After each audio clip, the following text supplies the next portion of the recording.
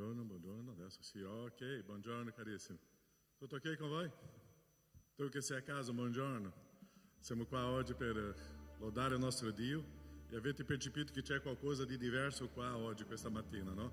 Qua davanti siamo in cantieri, possiamo dire, stiamo costruendo un nuovo palco, o meglio, nuovo no, il primo palco di questa struttura. E se tu hai una conoscenza nella parte, sei un falegname, può venire a parlare con me, con Riccardo.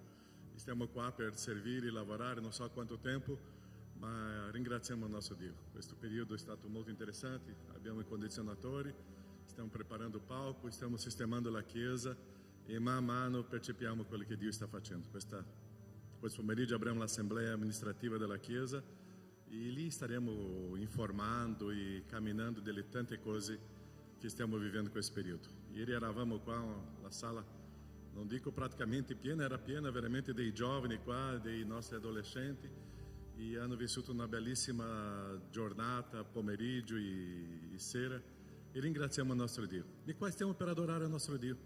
Come è andata la tua settimana? Bene?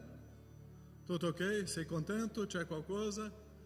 E siamo qua oggi per aprire il cuore e ringraziare il nostro Dio, pregare al nostro Dio e anche gridare al nostro Dio, perché questo è il nostro Dio che si fa presente nella nostra storia, nella nostra vita, e è Lui che sta prendendo cura di noi in ogni momento. E che questa mattina possiamo vivere un'esperienza, non un nuovo culto, tutto uguale, no? Ogni culto è una storia, è qualcosa di nuovo, è qualcosa di diverso, è una nuova e una grande esperienza con il nostro Dio. Preghiamo, chiudi i tuoi occhi e possiamo ringraziare il nostro Dio per questa settimana, possiamo ricordare al nostro Dio quello che staremo vivendo nella settimana futura e tutto quello che stai facendo con noi, e anche possiamo aprire il nostro cuore. Stiamo vivendo un periodo molto bello e come ricordiamo anche di venerdì un incontro di coppia che è stato meraviglioso, e è Dio che sta lavorando con la sua chiesa, che sta lavorando con la sua gente e facendo delle cose che soltanto Lui può fare. O Dio che può tutto, o Dio che agisce nella sua potenza, un Dio che manifesta la sua gloria, e è questo Dio che noi adoriamo adesso. Preghiamo. Nostro Padre, grazie. Ci raduniamo qua questa mattina in adorazione a Te. Ci raduniamo qua oggi, oh Padre, questa mattina in un'offerta di vita a Te, al nostro culto, alla nostra consacrazione. Grazie, oh Padre, perché in mezzo alla Tua gente c'è la Tua presenza. E quanto è bello, Padre, vedere che la gente percepisce che c'è un Dio in mezzo a noi. Sei Tu. Quando soffriamo, Padre, tu vieni, ci sostieni, la Tua mano, il Tuo abbraccio, Tu ci fortifica. Quando viviamo un periodo di grande pace, di allegria, di gioia, Tu vieni e Tu fai anche un sorriso con noi e Tu ti manifesti nella Tua gloria e Tu continui a dire che Tu sei il Dio. Tu sei il Dio della nostra storia, della nostra vita. E quando Tu ci sei, oh Padre, nessuno può distruggere, perché Tu sei quello che fa. Quando ricordiamo, Padre, quando davanti a Davide c'era un Goliat, un ragazzino, un gigante, ma bastava la Tua presenza con quello ragazzino piccolo per distruggere, oh Padre, le battaglie grandi. E quando noi arriviamo in questo culto, Padre, portiamo nel nostro cuore, nella nostra vita, delle battaglie che sembrano più grandi di noi. Ma se Tu ci sei con noi, è questo che ci basta. La vittoria viene, la conquista viene. La Tua presenza, Padre, è quella che per noi è fondamentale. Grazie, oh Padre, per la Tua gente, il Tuo popolo, la Tua chiesa che si raduna adesso in adorazione. E grazie perché Tu stai qua, Tu sei qua. I Tuoi abbracci, oh Padre, il Tuo abbraccio verrà, il Tuo sguardo di compassione, di grazia, di misericordia, d'amore con noi. E è in questo modo che vogliamo adorarti, Padre. Offriamo-ti questo culto solo per Te, nel nome di Gesù. Amen, Signore. Amen. Possiamo stare in piedi, possiamo adorare, possiamo cantare. possiamo manifestare questa lode e adorazione a Lui, possiamo vivere questa esperienza con un culto di vita al nostro Signore. Adoriamo e cantiamo.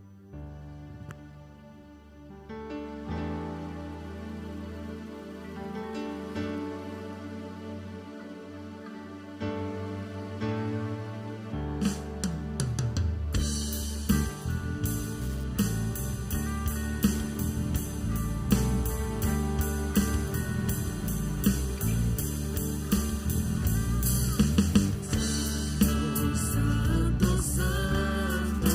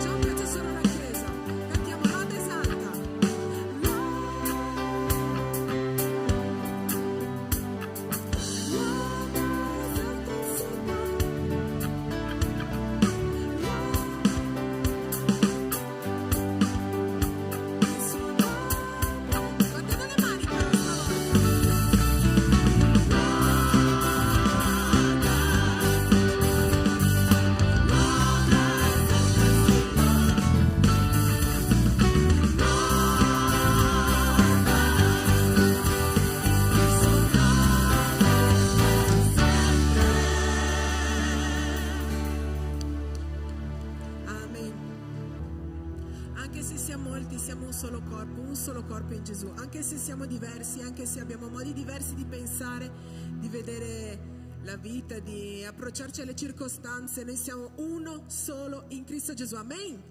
Quello che ci unisce non è il nostro aspetto, quello che ci unisce non è la nostra lingua, ma quello che ci unisce è il nostro credo, Dio in Cristo Gesù. Amen. Crediamo in questo? Cantiamo.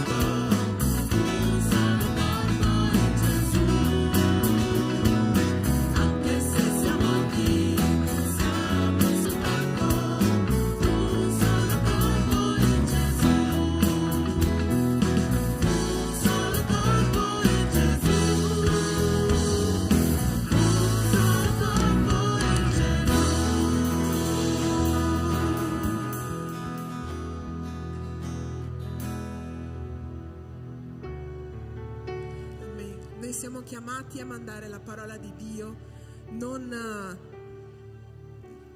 girandoci a destra e a sinistra, no? Non all'interno della nostra chiesa. La persona al tuo fianco probabilmente già sa che cosa la Bibbia dice. Noi siamo chiamati a parlare con quelli che ancora non sanno. Ho visto molte persone non sapere effettivamente chi è Dio, che guardano Dio e vedono un Dio rabbioso, un Dio che quando sbagli non ti perdona, un Dio che ti guarda e ti giudica. E noi siamo chiamati a parlare a queste persone. Dio non è un Dio che giudica. Dio è un Dio amorevole. Dio è un Dio che ti perdona nonostante tutto. Conosciamo un sacco di storie all'interno della Bibbia, persone che hanno fatto cose ignobili, che noi le guarderemo probabilmente e le schiferemo. Dio perdona queste persone.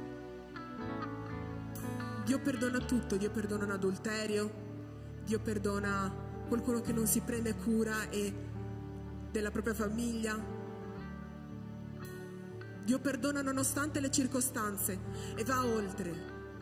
Che noi possiamo essere così e possiamo parlare di questo nostro Signore, che è un Dio che cura, che risana. E io prego che se ci sia qualcuno qui, in questa stanza, che abbia bisogno di cura, che abbia bisogno di un cuore risanato, io prego che in questo momento il Signore possa toccare in questo cuore. Che il Signore è un Dio che cura, che risana, che si prende cura delle sue pecore. Il Signore è un Dio che c'è nonostante tutto. Amen. Tu credi questo? Allora tu puoi gridare amen? Amen. Cantiamo, ma dov'è l'amore?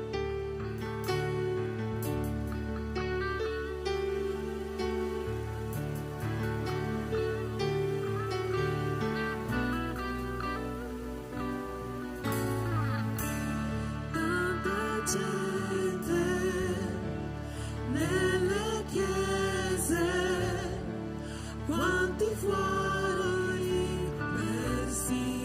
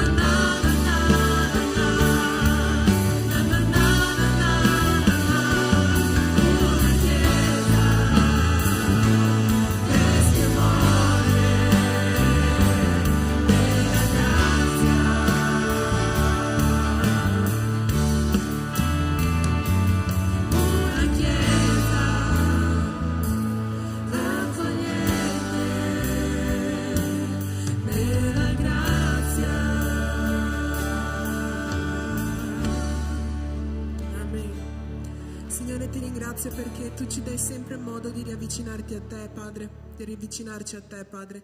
Ti ringrazio perché tu sei un Dio amoroso, ti ringrazio perché tu sei il Dio che cura, Padre. Ti ringrazio, Padre, perché quell'amore che tu ci dai non ce lo darà nessun altro, Padre. E probabilmente il vuoto che noi proviamo dentro, Padre, è della stessa forma del tuo amore, Padre. E soltanto questo potrà riempirci profondamente, Padre. Solo tu e soltanto tu. Amen.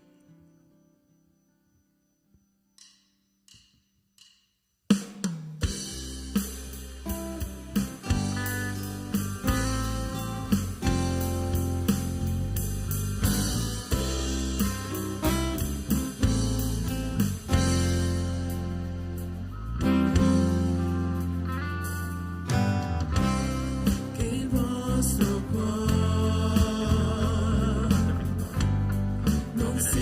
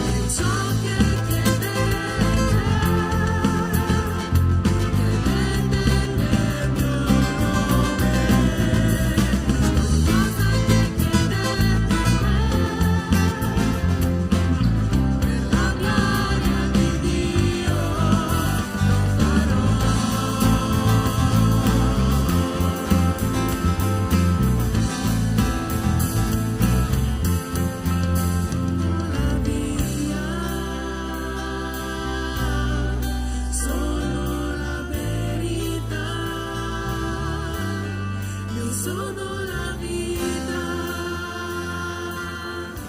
per chi crede in me.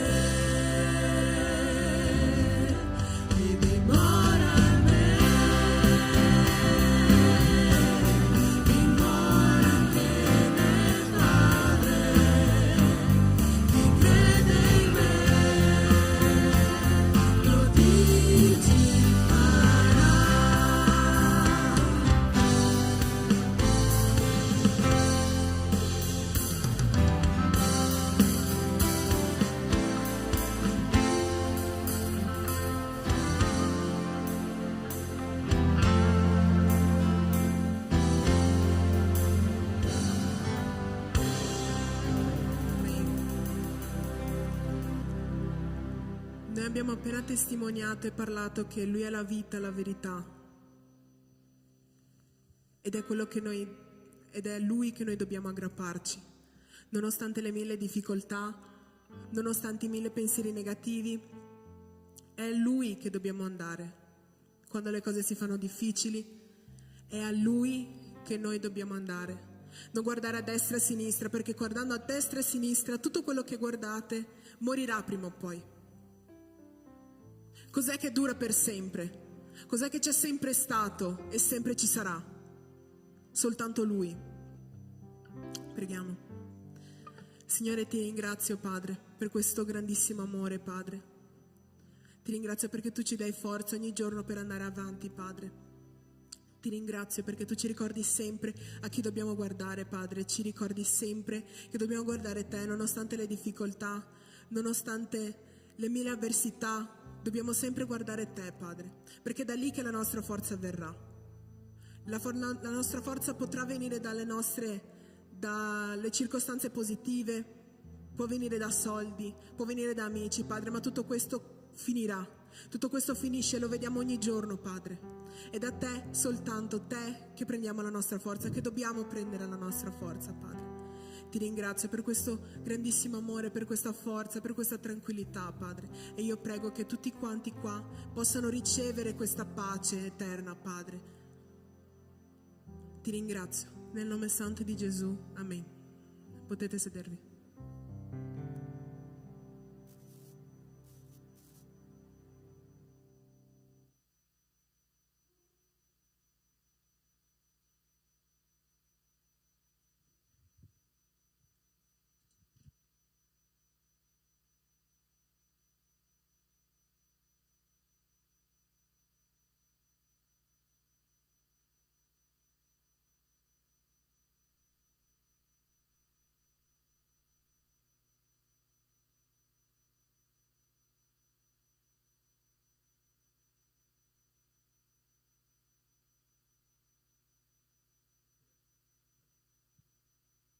Non so poi come faranno. Ecco qua. Ok, buongiorno, bellissima lode, come sempre. E oggi sono venuto qua per parlarvi di una storia che credo abbiate già sentito. Una storia che per chi è più vecchio nella Chiesa di sicuro l'ha fatta tante di quelle volte nella scuola domenicale, che è la parabola del buon samaritano. E nonostante sia un testo che abbiamo sentito più e più volte, trovo che ci sia sempre qualcosa che Dio ci possa offrire, sempre qualcosa che Dio ci possa dire. Perciò apriamo insieme le nostre Bibbie in Luca 10, nei versetti 25 e 37. E vi chiedo di non basarvi su quello che è la proiezione. Aprite le vostre Bibbie cartacee, se non le avete i vostri telefoni, va bene, perché trovo che sia un privilegio che noi abbiamo oggi di poter avere una Bibbia, di poter leggere, di poter creare questo rapporto con Dio.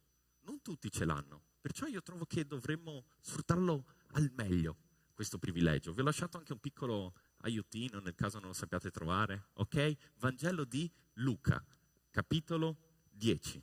Se ci siete arrivati potete dire amen, se non ci siete arrivati potete dire misericordia, per favore, giusto per capire dove siamo.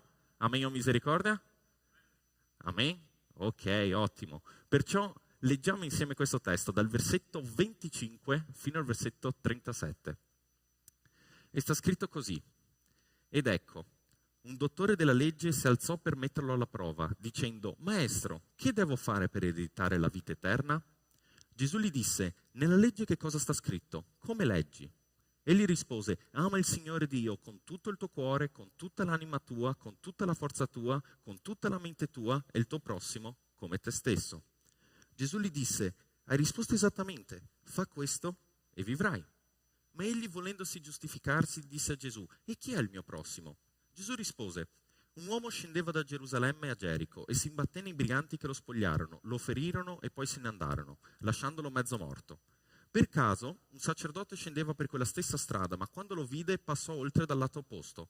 Così pure un levita, giunto in quel luogo, lo vide, ma passò oltre dal lato opposto. Ma un samaritano, che era in viaggio, giunse presso di lui e vedendolo ne ebbe pietà. Avvicinatosi, fasciò le sue piaghe versandovi sopra olio e vino. Poi lo mise sulla propria cavalcatura, lo condusse a una locanda e si prese cura di lui. Il giorno dopo, presi 2 denari, gli diede all'oste e gli disse: prenditi cura di lui e tutto ciò che spenderai di più te lo rimborserò al mio ritorno. Quale di questi 3 ti pare essere stato il prossimo di colui che si imbatté nei ladroni?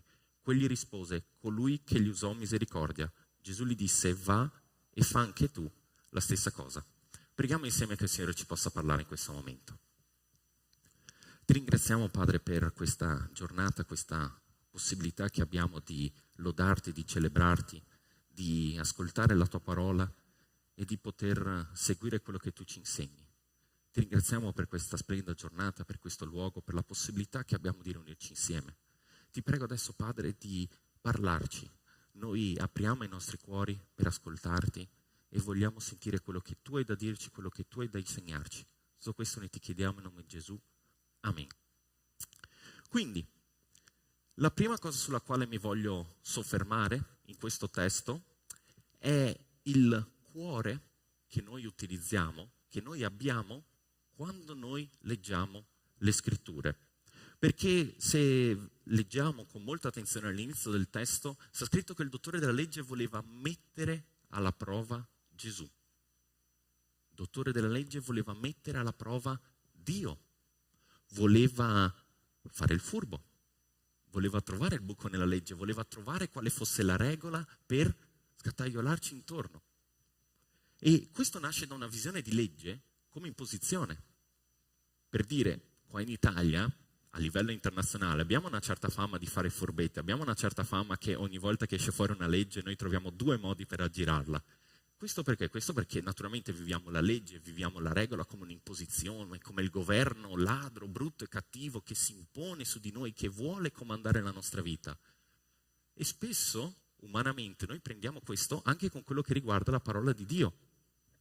E un errore che può fare qualcuno che ha un pochino che ha letto un pochino di Bibbia è che adesso che siamo sotto Cristo, questa legge tramandata soprattutto dal Vecchio Testamento, perché il versetto che cita il dottore della legge del Vecchio Testamento, questa legge non si applica più a me, basta, io sono sotto Cristo, io non sono più sotto la legge. Ma andiamo a leggere quello che Paolo ci dice a riguardo, lo possiamo trovare in Prima Timoteo, al capitolo 1, perché Paolo è molto preciso nel ruolo che la legge ha con noi. Perciò nel capitolo 1 di Primo Timoteo, nel versetto 8 fino al versetto 11, sta scritto: noi sappiamo che la legge è buona se uno ne fa un uso legittimo.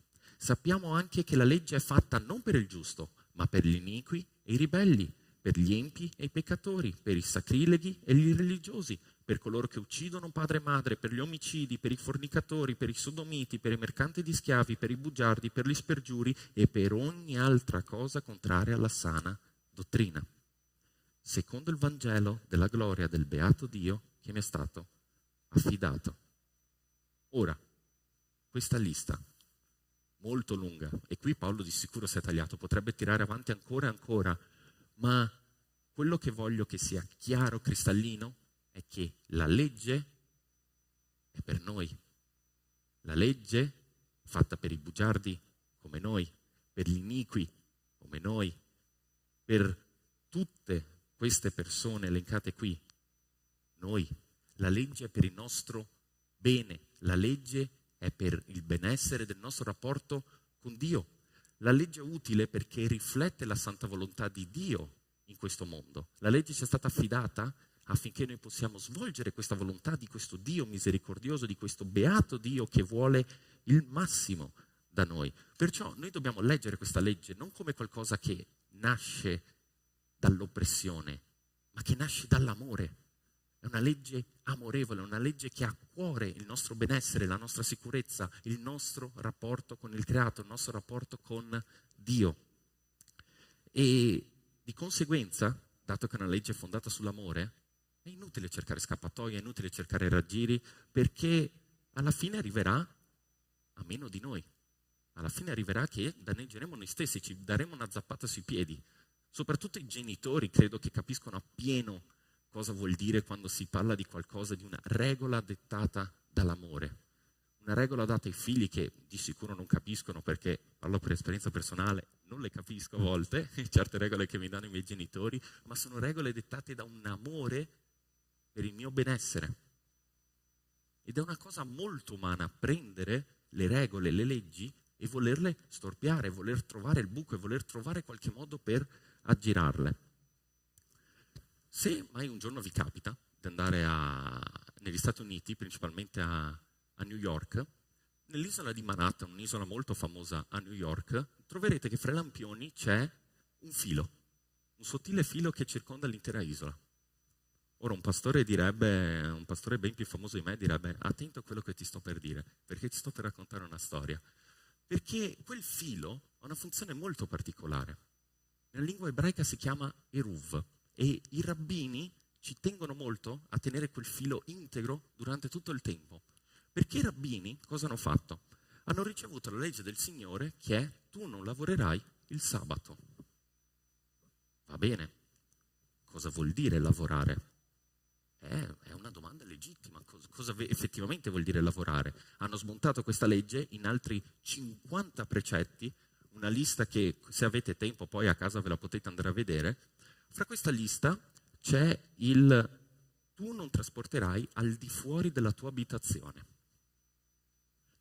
E qui arriva il dettaglio molto umano del: ma cosa vuol dire abitazione? Beh, abitazione è la tua casa, quindi non posso portare una sedia in giardino. Ok, dai, facciamo valere anche il giardino, mettiamo una recinzione nel giardino.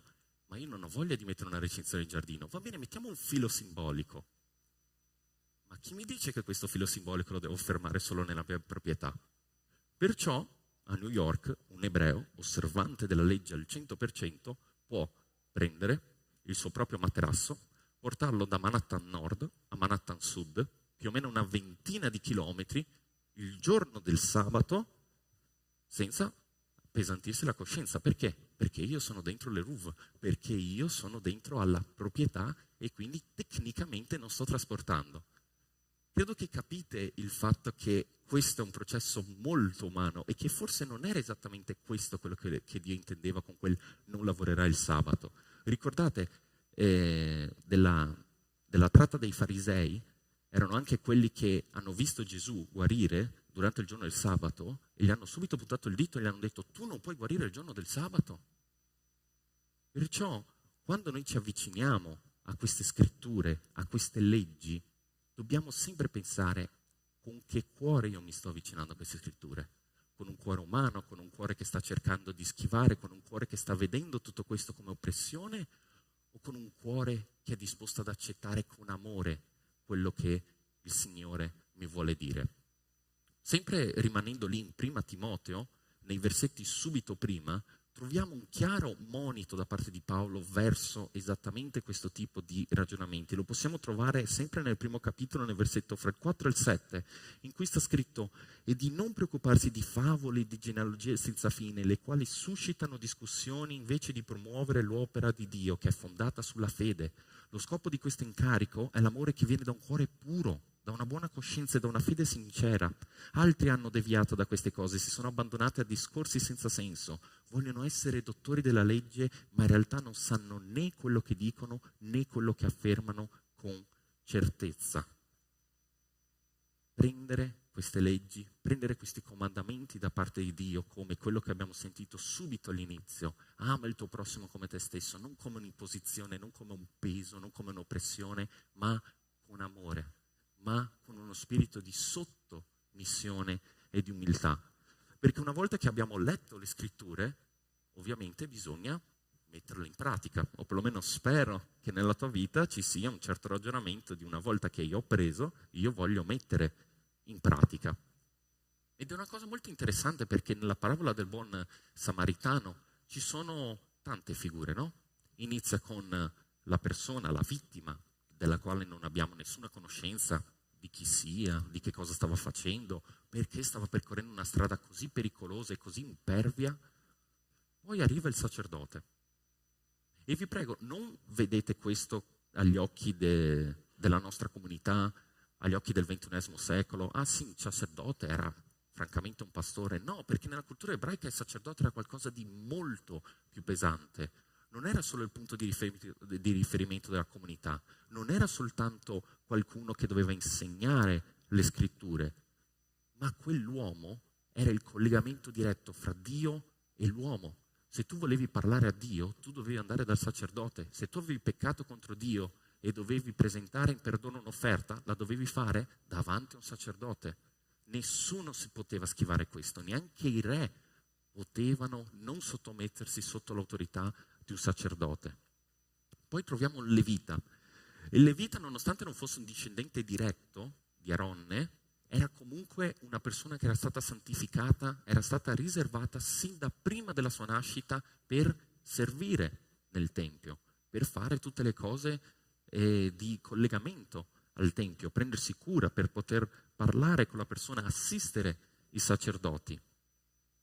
E la strada fra Gerico e Gerusalemme non è scelta a caso.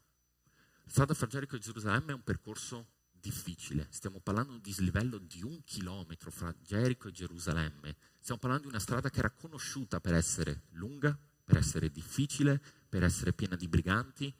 Perciò, quando il sacerdote e il levita hanno visto quella persona, sapevano esattamente cosa stavano facendo.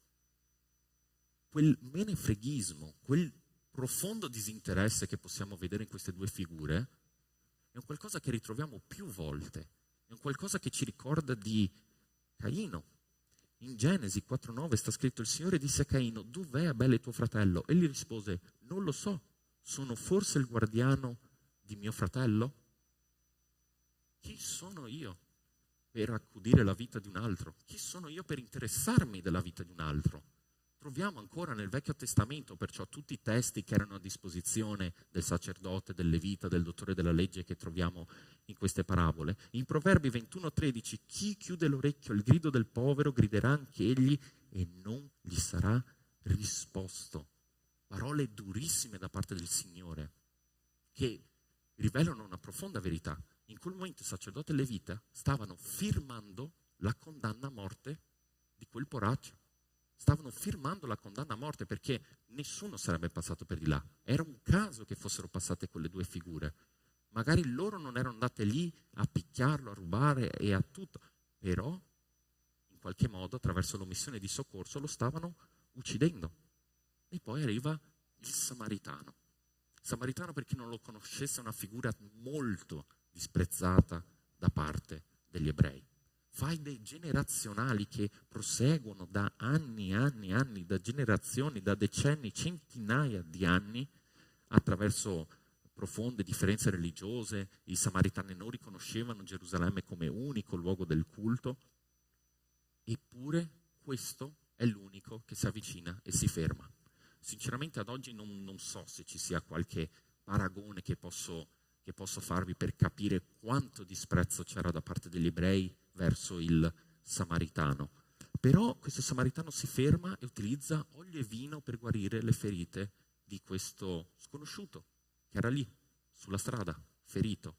Olio e vino probabilmente erano un kit di pronto soccorso, possiamo dire, che si portavano i viaggiatori dell'epoca attraverso la loro funzione lenitiva, la loro funzione antisettica. E qui la cosa incredibile: non solo lo stabilizza, ma lo porta a una locanda. Utilizza la propria cavalcatura, le proprie risorse, ma dopodiché lo prende e lo porta a una locanda, rimane lì, in quel momento naturalmente doveva andare da qualche altra parte, se ne va. Però non lo lascia solo, lo lascia lì alla locanda e gli dà 2 denari. 2 denari è un numero molto interessante perché il denaro era la paga quotidiana di un soldato romano.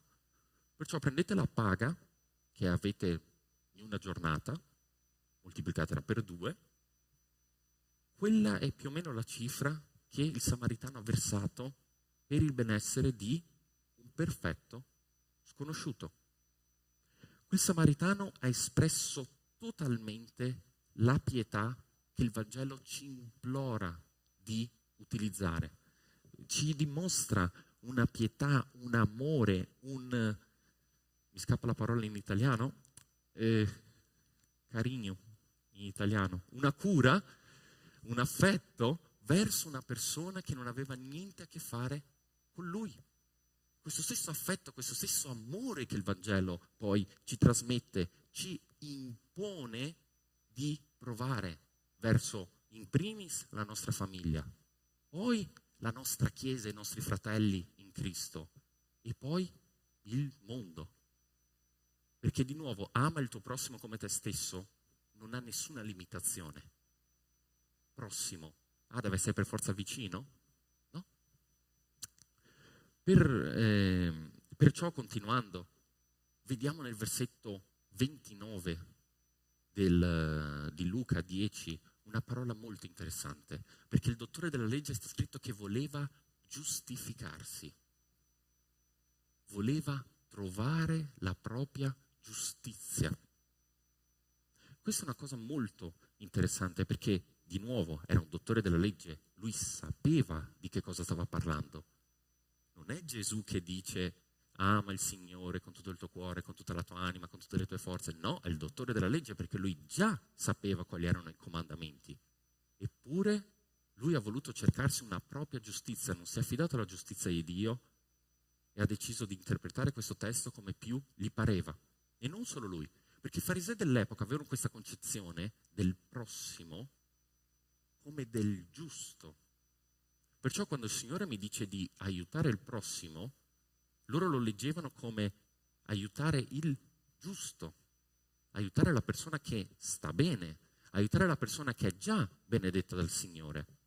E si basavano in particolare di un paio di versetti in Salmo 139, che è, possiamo dire, un pochino orribile, perché se andate a leggere Salmo 139, è un salmo pieno di amore, un salmo pieno di rassicurazione da parte del Signore. Eppure se andiamo a leggere i versetti 21 e 22, Davide scrive: Signore, non odio forse quelli che ti odiano e non detesto quelli che insorgono contro di te? Io li odio di un odio perfetto, li considero miei nemici. E loro citavano questo quando dovevano disprezzare i peccatori, in particolare pubblicani, prostitute, samaritani, pagani, tutti nella stessa categoria. Loro non sono giusti, loro sono nemici del Signore, loro sono miei nemici e quindi io li odio. E quindi non meritano il mio aiuto. È la mia giustizia che faccio pesare su di loro. E questo non è assolutamente il modo di leggere questo testo. Ai loro occhi i malvagi meritavano di essere disprezzati perché erano nemici di Dio.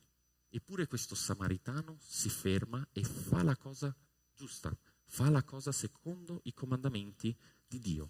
Ora, l'avversione per il male è una naturale conseguenza dell'amore. Amore e odio sono due facce della stessa medaglia. Facciamo un esempio. Se io provo tanto affetto per una persona, se io le voglio tanto bene, mi piacerà forse che le succeda qualcosa di brutto? Assolutamente no. Mi piacerà forse che qualcuno le faccia qualche torto? Assolutamente no. Però quando nella Bibbia si parla di un odio perfetto, dobbiamo ricordarci che la Bibbia sta parlando di Dio. E questo odio non è inimicizia, ma è un santo rifiuto di tutto ciò che non è santo. È un santo rifiuto per tutto ciò che è corrotto agli occhi del Signore. Quando c'è la giustificazione, noi prendiamo una regola, prendiamo una legge e troviamo il modo di non sottostare più a quella legge. Per fare un esempio, mi ricordo dei miei tempi quando andavo a scuola, arrivavo in ritardo, io dovevo portare la giustificazione del ritardo, perché se no mi sarei beccato la pena del ritardo. Io dovevo in qualche modo giustificare il fatto che ero stato in ritardo, non prendetela con me per via di questo motivo. I miei genitori sotto dovevano firmare. E quando noi leggiamo nella Bibbia giustificazione e riconosciamo nel Nuovo Testamento più e più di una volta il concetto che noi siamo giustificati attraverso il sacrificio di Cristo, non possiamo più leggere con questi occhi d'odio, con questi occhi di inimicizia. Io vedo qualcuno in mezzo alla strada che sta male, no, quello è un malvagio, quello è il Signore che lo sta castigando, perciò io non ci trarrò assolutamente nulla. Perché l'odio di Dio, l'odio di Cristo è temperato da un genuino amore verso il peccatore. I farisei avevano elevato a virtù questa avversione verso il malvagio, che di nuovo la Bibbia ci chiede di naturalmente non andare secondo le cose del mondo, di andare controcorrente, di non sottometterci alle regole della malvagità. Però non possiamo dimenticarci dell'amore che ne deriva, perché i farisei, prendendo quell'odio ed elevandolo a virtù, avevano di fatto annullato il secondo comandamento. Perché a quel punto qual era il ragionamento? Se qualcuno sta male, è Dio che lo sta castigando. Qualcuno che sta bene, è Dio che lo sta benedicendo. Andrò forse ad aiutare io quelli che Dio sta castigando? Assolutamente no. E così i farisei si pulivano le mani. E la risposta di Gesù ha distrutto questa accusa dietro il quale i farisei si nascondevano, mettendo in chiaro e sottolineando attraverso appunto la figura del samaritano che l'odio che i farisei avevano verso i propri nemici non fosse giusto, non fosse assolutamente qualcosa da parte di Dio. Perciò quando noi attraverso le prediche, attraverso gli studi, attraverso la nostra lettura della Bibbia, prendiamo ad esempio questo avvenimento insieme a questa parabola e ricordiamoci sempre com'è che io posso non essere come quel dottore della legge, com'è che io oggi posso leggere la parola di Dio, capire la parola di Dio, internalizzare la parola di Dio e mettere in pratica secondo quel che Dio effettivamente vuole. E abituiamoci a leggere alcune cose della Bibbia con un cuore aperto in sottomissione. Perché è molto umano, molto facile scappare nel ma tecnicamente non è esattamente così, se andiamo a leggere quest'altro versetto che ho tirato fuori dal contesto, spunta fuori che io posso continuare la mia vita come voglio. Molto probabilmente non è quello che il Signore ti vuole dire utilizzando quel testo. Ed è una scusa che ho trovato più e più volte. Non pensate che i peccati trasmessi attraverso la Bibbia non sono qualcosa da fare molto grandiosamente. Perché questi sono solo esempi di qualcosa che nel piccolo noi facciamo. Un esempio molto molto pratico lo vivo principalmente con adolescenti, preadolescenti, alcune volte addirittura bambini. Ma dov'è che nella Bibbia sta scritto questo? C'è questo comandamento che noi osserviamo in base a questo testo.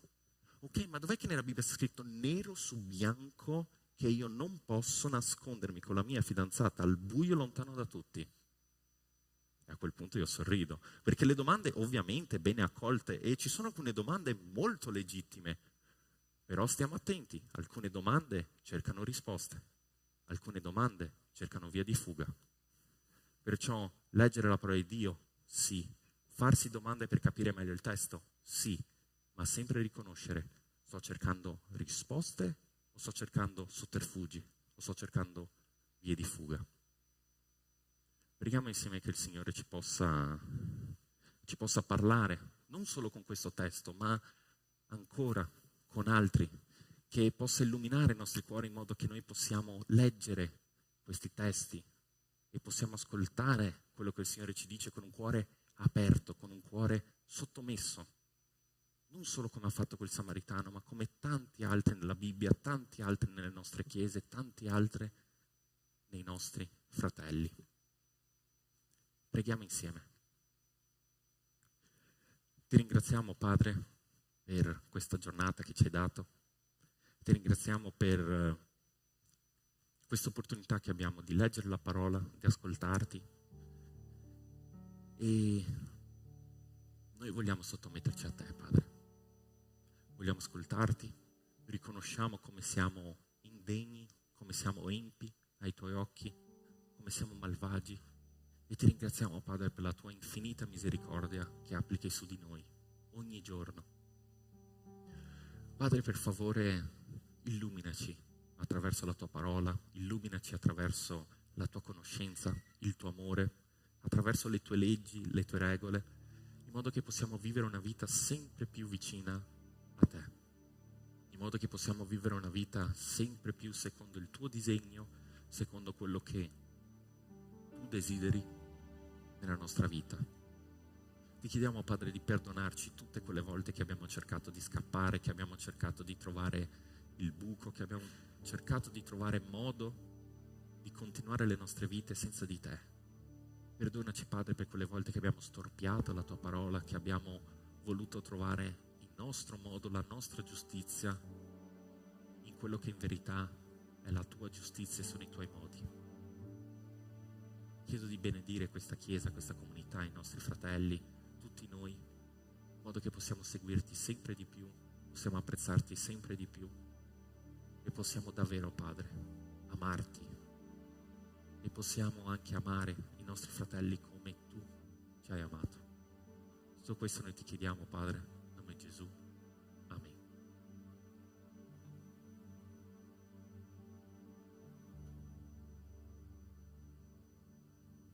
Amém, Chiesa? Quanto è bello e prezioso vedere che il Signore rivela quando il nostro cuore si sincero a Lui. E adesso stiamo continuando il nostro culto, momento di offerte, momento di consacrazioni, momento di decima. E tante volte, come finisce questa predica, no? Le domande che facciamo a Dio: ma sarà che devo consacrare? Se il tuo cuore è sincero, il Signore ti rivelerà e dimostrerà che veramente questa è una risposta della mia gratitudine a Lui. E quello che faremo. I condizionatori sono arrivati, la sala già è più calda, va bene che il tempo oggi è caldo. Ringraziamo il nostro Dio, già praticamente tutto sistemato in pagamento. E praticamente no, abbiamo tutto ok. Ma stiamo dicendo, se tu vuoi contribuire, fare un'offerta, perché noi vogliamo inserire anche nella sala nera dei condizionatori, in modo che possiamo fare degli eventi lì, perché già stiamo vivendo un periodo molto bello in chiesa, che ci sono gli eventi qua in questa sala, ma dobbiamo usare le altre sale, e ringraziamo a Dio per questa crescita. E vogliamo anche nella sala, famosa sala nera, avere i condizionatori. Il 23 di marzo, mi sembra, Patrizia, conviene un incontro di coppia qua. E dove faremo? Perché qua già c'è in uso. E se la sala nera già avrà i condizionatori, faremo lì e possiamo veramente vivere questa esperienza. Momento di offerta, momento di decima. E se tu vuoi fare questo con la libertà, se tu vuoi fare un'offerta ai condizionatori, tu puoi inserire nella busta la offerta ai condizionatori e ringraziare a Dio per tutto questo regalo che ci dai. Chi si ricorda un mese fa eravamo qua dentro sotto freddo e adesso stiamo bene qua, e grazie al nostro Dio. Ieri qua con i ragazzi, i giovani mi hanno detto: pastore, possiamo spegnere? Sì, era troppo caldo, almeno c'erano tanti ragazzi qua. E è bello questo. Facciamo questo con gioia, con allegria, sapendo che tutto appartiene e da Lui e per Lui sono tutte le cose. Possiamo stare in piedi, Chiesa? Possiamo stare in piedi, cantiamo, offriamo e facciamo con questo con gioia e con allegria.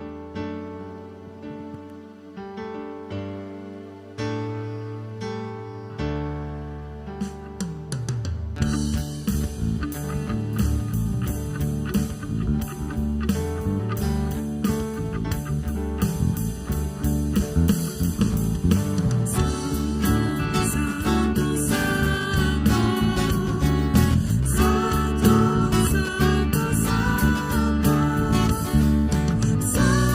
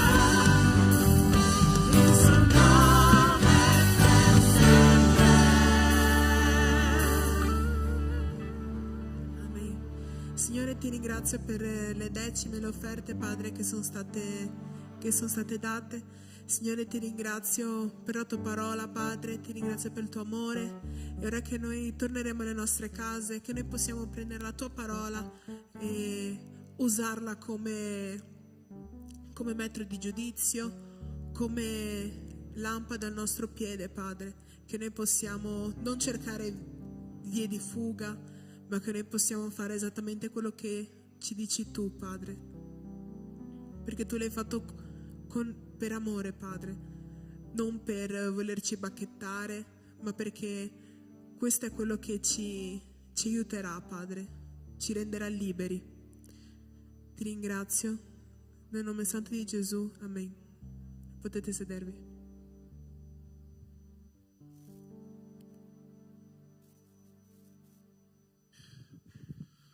Ci sono un po' di avvisi qua. Marzia, che cosa c'è qua? Vediamo. Ok, prossimo. Ok, esatto. Tutto cambia in questa chiesa, eh? Ok, ci sono anche schermo qua. Ok, prossima domenica Pastore Sandro sta conducendo qua un incontro.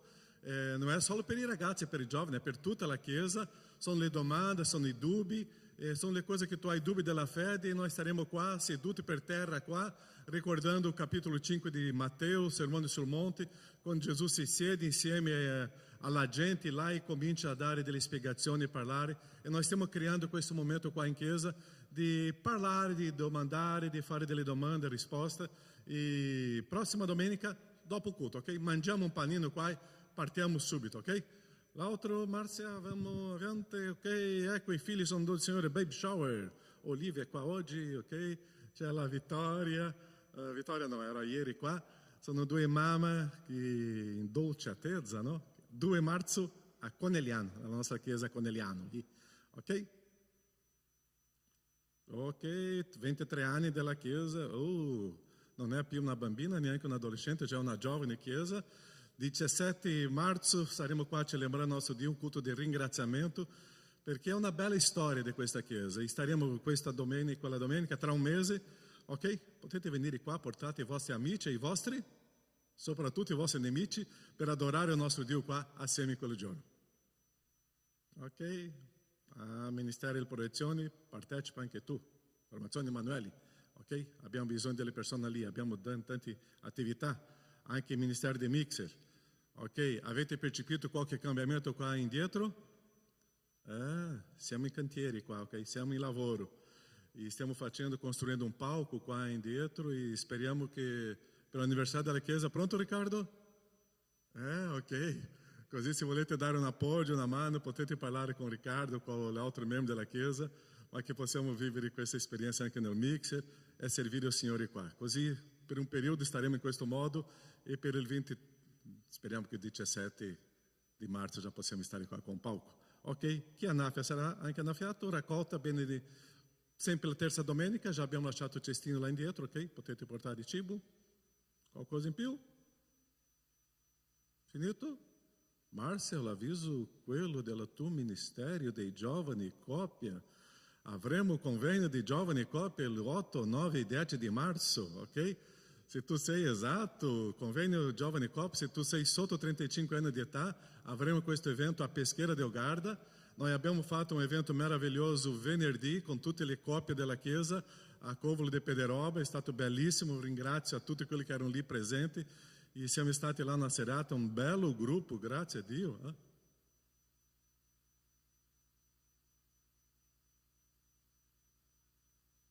C'è una, esatto, quelli che abbiamo prenotato all'albergo c'è ancora solo una camera, ok? Così se tu sei sposato sotto 35 anni di età, ok. Va bene? Finito? Non dimentichiamo, c'è un'assemblea generale di membri della Chiesa, oggi alle ore 14. Come Chiesa noi siamo un ente ecclesiastico. Entro il 28 di febbraio noi dobbiamo inviare allo Stato italiano tutto il nostro bilancio economico e anche il giro dei membri della Chiesa. E come ente ecclesiastico dobbiamo fare un'assemblea ordinaria entro questa data, o meglio, prima del 28, per inviare dopo tutti i documentati allo Stato italiano. Perciò tutti i membri della Chiesa oggi sono invitati a partecipare, convocati a partecipare, ok? Ok, penso gli altri avviso. Grazie per ieri, c'era un bellissimo gruppo di giovani qua, una bellissima esperienza. Questa sala era piena dei ragazzi qua. Grazie al nostro Dio per quello che sta facendo con mezzo a noi qua. Non c'è più avviso? Finito? Solo questo? Tu che sei con noi oggi, la prima, seconda volta, che Dio ti benedica, grazie alla tua presenza e che tu possa vivere e godere di questa esperienza di sentire questo grande amore di Dio. Amen? Grazie di stare con noi. Preghiamo e finiamo questo culto. Nostro Padre, grazie perché tu ci sei. Grazie alla tua mano che prende cura di noi e ci sostiene. Ti ringraziamo, Padre, che possiamo camminare e vivere in perfetta libertà con te. Grazie, Padre, perché quanto è bello ricevere il tuo appoggio, la tua presenza. E ora benedici la tua Chiesa, Padre, che possiamo uscire di qua con questa responsabilità di vedere la gente per essere un servo. Una Chiesa, Padre, che vede gli altri con misericordia, con compassione. Una Chiesa dove c'è la morte a se stessa per essere un servo. E grazie, Padre, perché tu ci sfida a questo. E tu ci hai donato lo Spirito Santo in modo che abbiamo, Padre, la potenza tua di sapere vivere quello che noi non vogliamo vivere, di essere quello che noi non vogliamo essere. Ma, oh Padre, in questo combattimento, con lo Spirito Santo in noi, c'è una vittoria e possiamo essere quello che tu vuoi che noi siamo e possiamo vivere quello che tu desideri che noi viviamo. Che in questo modo, Padre, possiamo uscire di qua oggi con le tue benedizioni e camminare, oh Padre, nella santità il tuo sogno e il tuo desiderio con noi. Benedici la tua Chiesa nel nome di Gesù. Benedici il tuo popolo. Amen, Signore. Dio vi benedica e una buona domenica. Ciao.